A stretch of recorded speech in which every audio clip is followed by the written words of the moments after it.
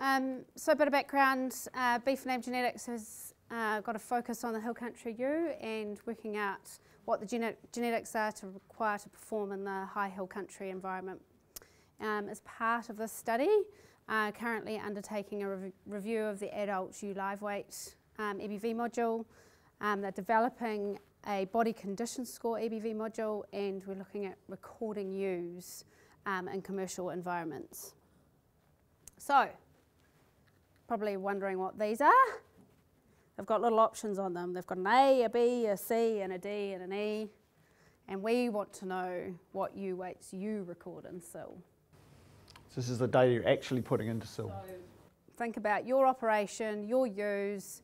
Do you A, just record ewe weights on your 2 tooths, 4 tooths, 6 tooths, all ewe age groups, or none of the above? No, there's no cheating.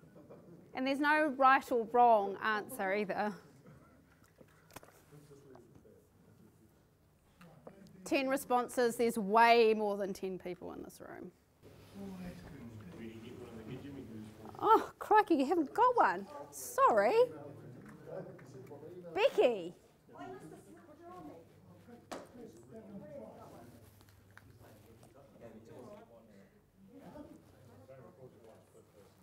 Right, 17, that looks a little bit better. How many times you press it only records once. Sorry? Oh, so got the D? Sweet, 18 responses, that's a little bit better than 10.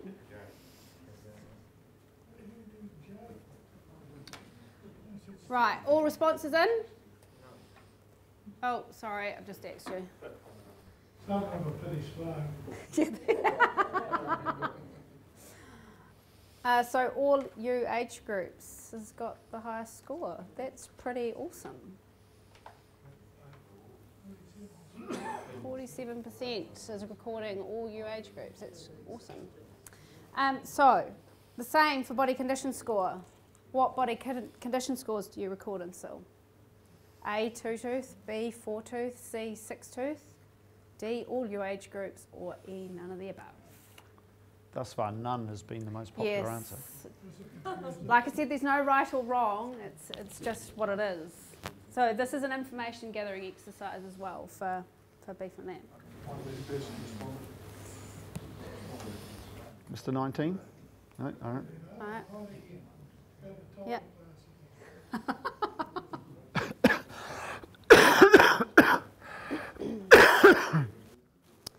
So a few facts for you, how heritable these traits. So adult ewe live weight, somewhere between 0.35 and 0.45. Body condition score, 0.2 to 0.45. We're collecting a lot of phenotypes currently with regard to body condition score, so we're hoping to refine that back and get that a lot more precise. Why the large range in the age spread on body condition score? To be honest, it's a lot of it's to do with the variation. So if you've got a flock with a very low variation, they're all sort of 3s and 3.5s or something, then you're not going to get as high heritability. Whereas if we do it in a commercial flock where you've got everything from 2 to 4, you're getting a bigger heritability out of the estimate. So you're more likely to see, if it's recorded in commercial environments, you're more likely to see that spread. So it'll be more accurate in regards to how heritable it is, because it can. Whereas there's a lot of properties that everybody just manages conditions, so they're 3 to 4.5. What's the variation between breeds for body condition scoring? I probably can't comment on that right now. So this is all very new work. It's in the development phase, and probably by this time next year we'll have a lot more information around multiple different breeds that have been body condition scoring at multiple different points of the year. So I wouldn't like to comment on that at the moment. There'll definitely be differences between animals that have been selected differently for different goal traits, hands down. So terminals versus maternals, and probably dual purpose. Yeah. So below, just a growth profile. So this point down here is live weight 6, live weight 8, live weight 10, and then 2 tooth, 4 tooth, 6 tooth. And so what you can see from that is if you just record at 2 tooth, she's very much still in her growth phase, and she doesn't reach her mature size until she's about a 6 tooth. And general school of thought is it's the winter of her 4-tooth year that she reaches her mature size, but it's not until most operations have the chance, which is at 6-tooth at mating, to be able to record that information. So do you want to jump in there? Oh, yeah. Of course, I mean, as we all know, body condition influences live weight, and particularly at these later weights, you know, a lot of the variation is to do with condition score. I mean, one of the points that was we all talked about this morning that came through is if you've only got weights down here, then you know you're trying to predict these later weights, and there's a lot of growth going on there, and you can't really pick the animal that's grown fast early in its life, but has gone to a modest size. Basically, if you're just predicting from these, it's just going to predict if it's fast growing here, it's going to be big there. That's all it can do. And so getting these weights in gives you that ability to look at those animals that are, you know, what they call curve benders, which is basically grow fast early, but to a modest mature size, and hopefully with a good condition. So it's just really thinking about the value of that to SIL. Without that data, it really can't start to weigh up the ewe against the lamb growth. So what they're saying, well, when I've spoken to SIL, I've said any extra information definitely has benefit. Yep, is good information. So the more you can provide, the more accurate your estimates on adult ewe weight, that's what they're going to be. So the other thing here is recording body condition score at those key weights is crucial as well. You can't differentiate between the ewe that has got a high level of condition at 6-tooth and a small amount of lean, and vice versa. So to be able to do that is really important. And that's certainly one of the developments that will come out of this is that the adult ewe live weight breeding value is now going to have body condition score in there, and it will be adjusted out to try and give a fairer reflection of animals at 6-tooth that have got a higher percentage of lean and therefore probably bigger animals. The only disadvantage of body scoring is everyone's going to be different to bring it on. So this is something that's going to be the big worry about something that's come bringing up this morning. But as long as one person's doing all your sheep, Correct. you're going to be covering 10 different sires Yeah. by the same person. So that's the key point. Skinny's going to be skinny, the fat's going to be fat. So there, Yep. absolutely, that's Correct. I think that's the thing That's is the you key don't thing. want to someone gets tired and change halfway through. That's the worst thing you can do. But as long as it's, And we have a responsibility as breeders to calibrate. Yes. Who does that? Yep. I ask with respect. Yep. We should do. Well, we should do. So tomorrow. Still sources. Yep. So tomorrow, Trevor Cook's going. Sorry. That's why I was surprised someone to go around New Zealand do body scoring all the sheep around the country. So tomorrow there's going to be a body condition score workshop with Trevor Cook, and he's going to give everybody a practical understanding of what they need to be looking at and how they need to be doing it. But like you've correctly identified, it is solely just having one person doing it for the entire mob or the entire flock. That's the best thing that you can do. And doing it basically mating, condition score mating, live weight mating, is that the thinking? Yes, so the recommendation is live weight at mate and body condition score at mate at the very least. In some of the commercial flock recording that we're doing, we're looking at 4 different points around the year and basically trying to identify which one gives the most information so you can give best practice on adult ewe live weight and body condition score.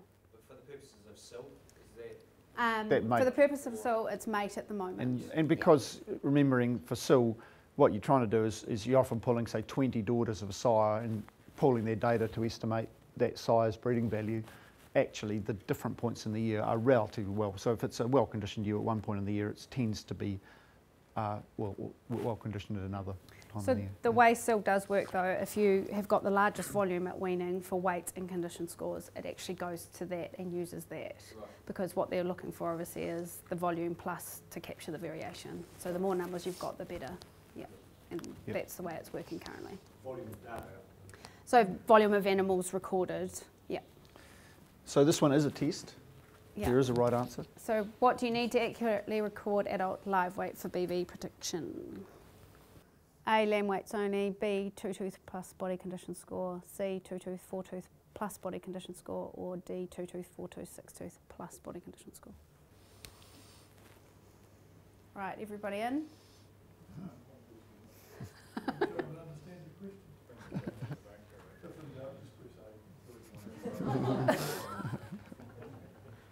That'll do. Right. There we go. Right, so 75% of people were listening. So I suppose just to finish off, just wanted to really throw up some of the questions. A lot of this came up earlier in the day as well. Is selection for meat yield, do you think it's stripping condition off our ewes? Is that an issue for us? Could be. Well, high meat yield is lack of fat. Yep. So there's your answer. Yep. I noticed on the silver graphs that we just got recently, the dual purpose, the sheep are still reasonably fatty. Yes. Whereas the terminal size have gone much leaner. Yes. And that's really because they're just focusing on that lean meat yield as a major part of their objective. Yes. No, I'm concerned that you can come to lean. Yes. Dual purpose is still lean enough. So is it antagonistic? Oh, absolutely. So, I mean, the correlations are such that if you just record lamb growth and particularly if you're putting emphasis on ultrasonic fat depth, so the fat depth in a lamb is correlated with the fat depth in a ewe, and in particular there's a negative correlation between the say Viascan yield and the fat depth and condition measurements. And so yeah, but again, basically the point is, unless you have those adult ewe conditions and live weights in the database, you can't adjust that out, and so you've just got if you know you're basically just selecting for yield and growth, you can't identify those animals that have also got a nice well-conditioned ewe. It's just you don't have the balance, if you like, and so I mean, the figures would say that, and I think certainly even talking, well, Murray, here you are.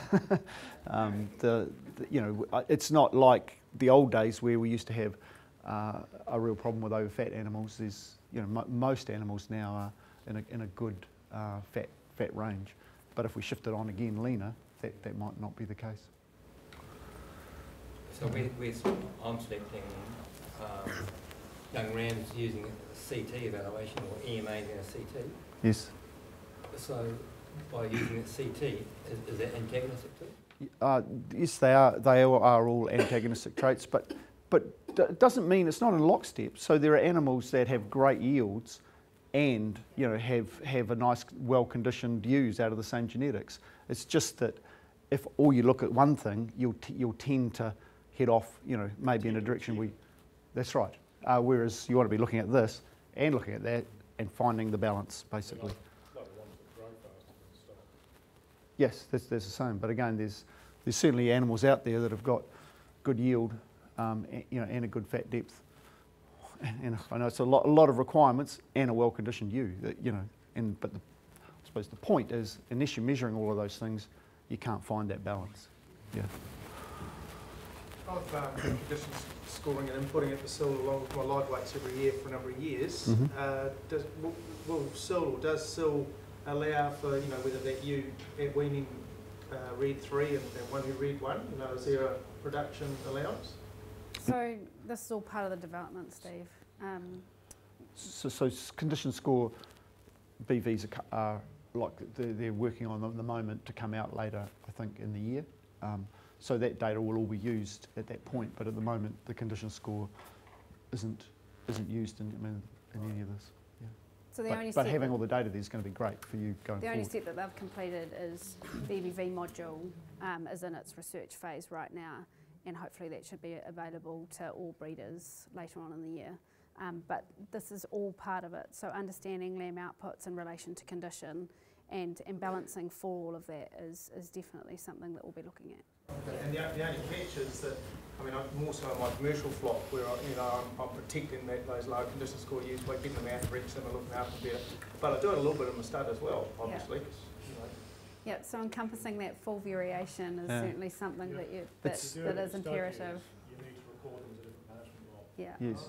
Yeah. It definitely. came up in the last one too. I think it's a really good point because to find what we're looking for with condition score, we want to get those low ones. We don't want to if they're all managed to be 3.5 and above, then we're not seeing the variations. Just on Steve's point, because we all have our hospital model, we look after yes. how you could almost argue that condition scoring at weaning would be the best time, because they're not, yes. dogs, etc. They're not going to be looking after the tail. Yep. No, I agree with that, and certainly one of the things. I would be totally against that. I'll tell you why. I know of a ewe that was culled because the constitution had gone, and it was after she was culled, and this was after weaning. She reared 250 kilos and a 40 kilo triplet. Yes. And she was culled for the wrong reason. And if you give her a chance, she may have picked up by nature. Well, but the constitution was gone. So from the research we did, pre-lamb is the best time to do it, because they've come through the winter, and that's an indication of what they've got on their backs to milk off. Would you do it at weaning, it's going to be affected by how much milking they've done. And they could have been rearing a 1 or a 2 or a 3. Yeah.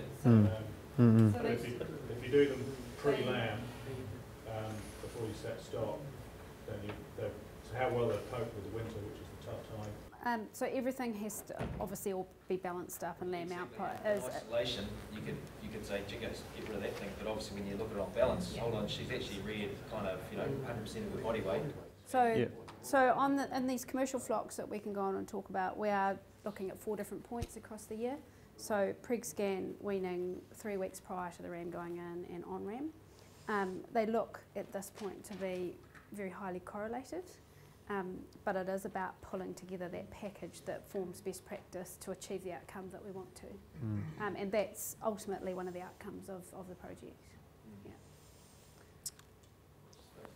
Yeah. And we talked a lot about this morning. We're obviously wanting fast-growing lambs for all sorts of reasons, but is that increasing our adult ewe live weight unduly? We did talk about this a lot this morning. I don't know if there's more people want to comment more on that. So the key point is obviously recording those older weights will help you out with that problem there. Yeah. And this is the whole curve bender thing. If they're growing like that, but you're looking for this animal that grows fast, but maybe to a more moderate ewe weight, if that's what you're looking at. But there was a lot of discussion. The point being, unless you've got a measurement here and a measurement here, you'll never distinguish between the two types of animals. Crosses a different place. Some people, what their target ewe weight could be different to someone else's. True, that's right. I mean, that was the. Everyone wants the same. Yep. So that's why we all bring different types of sheep. And I suppose the message that we'd like to give though is that's an index or a direction argument, but unless you've got the data both at the lamb and the adult, it's hard to make that decision, or you haven't got the data to accurately evaluate animals. You're still trying to predict your adult ewe live weight regardless of what it is, and that's what helps you out doing that. Where you want to end up as part of an index, like Mark said. So this is all about EBV accuracy. Right. Would it not be assumed unreasonable to accept that the average weight of a ewe on a given farm is governed essentially by the environment she's in? They're not going to come up to be hippopotamuses or anything like that. You might be able to change just a few kilos, but you're not going to change it greatly. Most of there's some say, you go down the sheep and they trip over the nib wall going in there, they're so small. But that doesn't mean to say that they're better sheep than the ones that are a bit bigger than people require. And I'm sure you can get good growth in lambs, but the adult weight is governed by the way they're managed and fed. If they're not fed as well, they're not going to go to their potential. So you're actually going to be farming sheep that are somewhat less than their potential. Having good linkage though allows some, that to be balanced out. But mostly the environment governs the mature weight. Yep, yes, you're right. But giving accurate predictions is probably what we want. It's not like predicting at an election. Sometimes they're very wrong. True. Yeah. Isn't that the essence of an EBV that we're trying to take all that out of the argument? Yeah, so genetic linkage will help with that, and so it's not just about what weights you're recording, but it's also about making sure that you're well linked across all the population. We get in our Angus cattle breed, when you've got the ewe growth rate and the ewe, I mean, we get growth rate for our cattle that we can, you know, when we're purchasing, but we also have a mature cow weight. That weight's taken at weaning. We weigh the cow and the calf. Yes. So you can, if you want a big cow, you can predict by having big cows. So I can't see why it can't be done with sheep. I mean, Absolutely. Okay, and really the final discussion point is where's the best place to record these animals for these traits like condition score and ewe weight? And is the breeding flock the best place, or do we need to be looking at really running our ewes in a very commercial environment? I'm interested in here, I mean, how many people are running their recorded ewes with a... Every stuff really is running commercial. You reckon? Read the advertising.